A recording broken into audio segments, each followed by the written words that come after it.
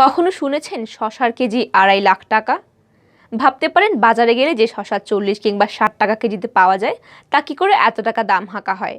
আসলে এটি কি ধরনের শসা যার দাম শুনে চক্ষু কপালে ওঠার মতো অবস্থা হয়? হ্যাঁ দর্শক, বাজার ঘুরে যে শসা পাওয়া যায় এটি তেমন গোত্রের নয়। এর জন্ম মাচা বা জমিতে নয়। এই শসা জন্মায় সমুদ্রের নিচে, যা সি কিউকাম্বার নামে পরিচিত। সি কিউকাম্বার নামে পরিচিত হলেও এটি আদতে এক ধরনের সামুদ্রিক জীব। ভারত এবং শ্রীলঙ্কার মাঝে মুন্নার খাড়িতে মূলত এই জীব পাওয়া যায়। আন্তর্জাতিক বাজারে এই সামুদ্রিক শসার বিপুল চাহিদা এবং দামও। মুন্নার খাড়ি থেকে এই সামুদ্রিক জীবের বিপুল চোরাচালান হয়। যৌনবর্ধক ওষুধ, ক্যান্সারের চিকিৎসা, তেল, ক্রিম এবং প্রসাধনী সামগ্রী বানাতে এই সামুদ্রিক জীবকে ব্যবহার করা হয়।